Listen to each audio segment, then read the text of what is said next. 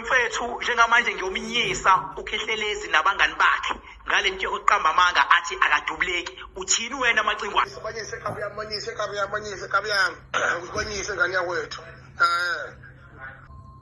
Awungakhohle phela ungiphosela encane mfethu kapetrol, incane mfethu ngisho kuthiwa into engakanani nje mfethu. Encane nje mfethu. Macingwane hayi no, ngiyezwa mfethu.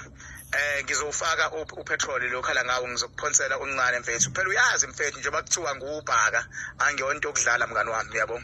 So kulungile zokufaka mhlawumbe into engakanani engayifaka mfethu. Yabo njengoba ukhala nje.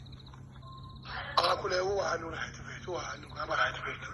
Ngizwe mfethu angibange ngisafaka ke le 1000 othe uyacela. Into engiyenzile Macingwane ngivele ngafaka u5000. Ngicela ucheck bese ubuyela kumina manje.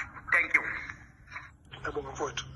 Mfethu ngeke bayi-understand thina eyam nawe sisuka kude kakhulu siney'mpande asihlangananga phezulu njengamagatsha baba yabona siney'mpande sinomlando esiphezu kwawo cwala unjalo ngane yakwethu unjalo nami futhi loshuni mfethu ongidodise ngawo lo ngiyibambele umhlangano mfethu ezoshiya iphalishi hayi kube mina kunjalo nje yamala.